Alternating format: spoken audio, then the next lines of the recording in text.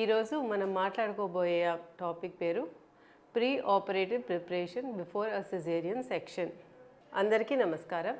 నా పేరు డాక్టర్ మానస నెల్లుట్ల. నేను మైత్రిశ్రీ ఫర్టిలిటీ సెంటర్లో గైనకాలజిస్ట్గా వర్క్ చేస్తున్నాను. సిజేరియన్ ఆపరేషన్ జరిగే ముందు ఏమేం ప్రికాషన్స్ తీసుకుంటారు, ఒక పేషెంట్ని ఎలా ప్రిపేర్ చేస్తారు అని.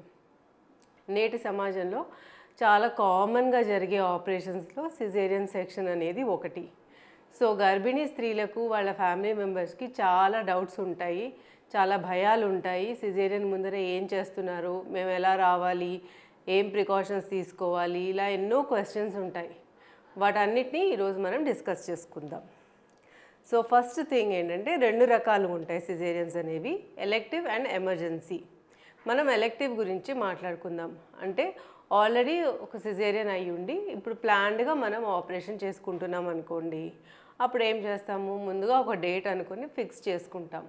సాధారణంగా ఇది పేషెంట్కి 38 వారాలు దాటిన తర్వాత డిసైడ్ అవుతుంది. ఒకసారి డేట్ అనేది డిసైడ్ చేసుకున్న తర్వాత నేడు చాలా పెద్ద పెద్ద హాస్పిటల్స్లో ఏమైనా కూడా ప్రీ అనెస్థెటిక్ చెకప్ పిఏసి అనే ఒక ప్రొసీజర్ని చేయిస్తున్నారు. దాంట్లో ఏం చేస్తారంటే, ఇది అనెస్థీషియా, వెన్నుకి స్పైనల్ కార్డ్కి అనెస్థీషియా ఇస్తారు కాబట్టి దానికంటే ముందు ఒక అనెస్థెటిస్ట్ పేషెంట్ని ఎగ్జామిన్ చేసి వాళ్ళ రక్త పరీక్షలు అవన్నీ చెక్ చేసుకొని, వాళ్ళ అవసరమైతే ఇవాళ రేపు ఈసీజీ కూడా అడ్వైస్ చేస్తున్నారు.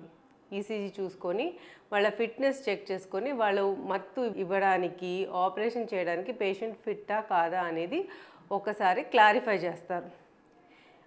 చాలామంది అనుకుంటారు, ఏముంది చాలా యంగే కదా గర్భిణీ స్త్రీలు అంటే, ఇవన్నీ అవసరమా అని. కానీ ఇది చాలా ఇంపార్టెంట్ స్టెప్. అసలు ఒక నార్మల్ లేడీకి ఒక గర్భిణీ స్త్రీకి చాలా డిఫరెన్స్ ఉంటుంది. ప్రెగ్నెన్సీ వచ్చిన తర్వాతే మన ఒంట్లో రకరకాల మార్పులు వస్తాయి. కొంతమందికి హైపర్ టెన్షన్ రావచ్చు, కొంతమందికి డయాబెటీస్ రావచ్చు, కొంతమందికి హార్ట్ డిసీజెస్ అనేవి ఫస్ట్ టైం ప్రెగ్నెన్సీలోనే బయటపడవచ్చు. సో వీటన్నిటి గురించి మనం స్క్రీనింగ్ చేసుకోకుండా ఆపరేషన్ టేబుల్ మీదకి తీసుకెళ్తే పేషెంట్ని చాలా రిస్క్ అవుతుంది. సో పిఎస్సి అనేది తప్పకుండా చేయించుకోండి మీ డాక్టర్ అడ్వైస్ చేస్తే. Okay. So next PSC clearance వచ్చేసిన తర్వాత నెక్స్ట్ డే మీకు సర్జరీ అనుకోండి. ఈరోజు ఇంతకుముందు 12 గంటలు 15 గంటలు ఇలా పేషెంట్స్ ఫాస్టింగ్ ఉండాలని చెప్పేవాళ్ళు. ఇప్పుడు లేటెస్ట్ ప్రోటోకాల్స్ ప్రకారం అంతవరకు ఉండాల్సిన అవసరం లేదు. Minimum 4 to 6 hours of fasting before a surgery is enough. So మీకు రేపు తెల్లారి ఒక 10ంటికి సర్జరీ అనుకోండి, అంతకంటే ఒక 6 hours ముందు నుంచి మీరు ఫాస్టింగ్లో ఉంటే సరిపోతుంది.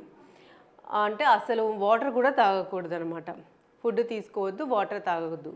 ఇది ఎందుకంటే మీ పేగులు ఖాళీగా ఉన్నప్పుడే మీకు అనెస్థీషియా ఇస్తే ఆ పేగుల్లోంచి ఫుడ్ అనేది వెనక్కి తన్నుకొని రాకుండా ఉంటుంది, మీకు సేఫ్గా ఉంటారు. సో అలా ఫాస్టింగ్లో ఉన్న తర్వాత నెక్స్ట్ డే మార్నింగ్ ఏ రోజైతే సర్జరీ ఉంటుందో అప్పుడు హాస్పిటల్కి వెళ్ళిపోవచ్చు. అట్లీస్ట్ ఒక ఇచ్చిన టైం కంటే సర్జరీకి 3 hours ముందుగా మీరు హాస్పిటల్లో ఉండడం అనేది బెస్ట్. ఎందుకంటే ఇన్సూరెన్స్ కానీ అడ్మిషన్ ప్రాసెస్లు కానీ అవన్నీ అయిన తర్వాత మిమ్మల్ని ప్రిపేర్ చేయడానికి ఆ మాత్రం టైం అనేది అవసరం ఉంటుంది. అండ్ ఈ పాత రోజుల్లో అయితే ఎనీమా అనేది కూడా ఇచ్చేవాళ్ళు. ఇప్పుడు ఆ కాన్సెప్ట్ కూడా లేదు. ఒకవేళ పేషెంట్కి మోషన్స్లో ఎలాంటి ప్రాబ్లమ్స్ లేకుండా ఫ్రీ స్టూల్స్ అవుతే ఎలాంటి మెడికేషన్ అవసరం లేదు. కాన్స్టిపేషన్ అనేది ఉంటే మీ డాక్టర్కి ముందస్తుగా చెప్తే వాళ్ళు ట్యాబ్లెట్స్ ఇస్తారు, దాంతో మోషన్ ఫ్రీ అయిపోయేలాగా చూసుకుంటారు ఆ రోజు మార్నింగ్. సో సర్జరీ రోజు చక్కగా స్నానం అది చేసేసి ఏం తినకుండా తాగకుండా మీరు హాస్పిటల్కి వెళ్ళిపోయి అడ్మిట్ అవ్వండి. అయిన తర్వాత కొన్నిసార్లు పేషెంట్స్ కాంప్లెక్సిటీని బట్టి, సిచ్యువేషన్ని బట్టి అవసరమైతే బ్లడ్ అనేది రిజర్వ్ చేసి పెట్టుకుంటారు. ఎస్పెషల్లీ రేర్ బ్లడ్ గ్రూప్స్ అయితే, రిపీటెడ్ సర్జరీస్ అయితే, మాయ అనేది కిందికి ఉంటే, ఇలాంటప్పుడు బ్లడ్ రిజర్వ్ చేసుకోవడం చాలా ఇంపార్టెంట్. రిజర్వ్ అంటే మన పేరు మీద దాన్ని పక్కకు పెట్టి పెడతారనమాట. దాన్ని వాడతారా వాడరా అనేది సిచ్యువేషన్ని బట్టి ఉంటుంది. నెక్స్ట్ కన్సెంట్ ఫామ్ అనేది ఒకటి మీకు ఇస్తారు, దాని మీద సంతకం పెట్టమంటారు. దయచేసి మీరు మీ family members, patient and family members ఒక్కసారైనా ఆ కన్సెంట్ ఫామ్ని చదివి ఆ తర్వాత సంతకం పెట్టడం అనేది అలవాటు చేసుకోండి. దో మీ డాక్టర్ మీకు ఓరల్గా చెప్పినా కూడా మీరు ఆ ఫామ్ చదివిన తర్వాత మీకు ఏమైనా కొత్త డౌట్స్ వస్తే డ్యూటీలో ఉన్న డాక్టర్స్తో కానీ మీ గైనకాలజిస్ట్తో కానీ క్లారిఫై చేసుకొని సైన్ పెట్టండి. Because a consent form is a legal document. రేపు ఏదైనా కాంప్లికేషన్స్ వస్తే మాకు తెలీదు, మాకు చెప్పలేదు అని మేము గుడ్డిగా సైన్ పెట్టేశాము అని అనడానికి ఉండదన్నమాట. Next preparation. ఇంకా పేషెంట్కి వచ్చి ఏం చేస్తారు అంటే ఫస్ట్ పేషెంట్కి ఒక ఇంట్రావీనస్ క్యాన్యులా అనేది పెడతారు. ఐవి క్యాన్యులా పెట్టేసి యాంటీబయోటిక్స్ టెస్ట్ డోస్ ఇస్తారు ఇన్ఫెక్షన్ రాకుండా ఉండడానికి, యాంటాసిడ్స్ అసిడిటీ రాకుండా ఉండడానికి, వామిటింగ్స్ రాకుండా ఉండడానికి యాంటీబయాటిక్స్. ఈ 3 టైప్స్ ఆఫ్ ఇంజెక్షన్స్ ఇస్తారు.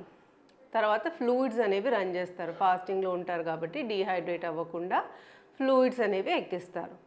అండ్ నెక్స్ట్ సర్జరీ అయ్యే పార్ట్లో హెయిర్ అదంతా క్లియర్ చేసేసేయడానికి హాస్పిటల్ స్టాఫ్ ఎవరైనా వచ్చి హెల్ప్ చేసి క్లీన్ చేస్తారు. దెన్ పేషెంట్ని ఆపరేషన్ థియేటర్ గౌన్లోకి మార్చి రెడీ చేస్తారు. దెన్ ఫోలీ క్యాథెటర్ అని ఉంటుంది, అంటే యూరిన్ పైప్ బ్యాగ్ వేసేసి రెడీ చేసి పేషెంట్ని ఆపరేషన్కి సిద్ధం చేసి పెడతారు. ఇది బ్రీఫ్గా ఆపరేషన్ ముందర మీకు జరిగే ప్రిపరేషన్ స్టెప్స్. సో మిమ్మల్ని ఏదో చేసేస్తున్నారనో, అందరూ మీ చుట్టూ మూగిపోయి మీ మీద ఏదైనా ఏవేవో మెడిసిన్స్ ఎక్కిచ్చేస్తున్నారు అని భయపడకుండా మిమ్మల్ని జస్ట్ ఒక ప్రొసీజర్కి రెడీ చేసే విధానం ఇలా ఉంటుంది అని మీరు తెలుసుకుంటే మంచిది. I hope this information was helpful to you. Thank you.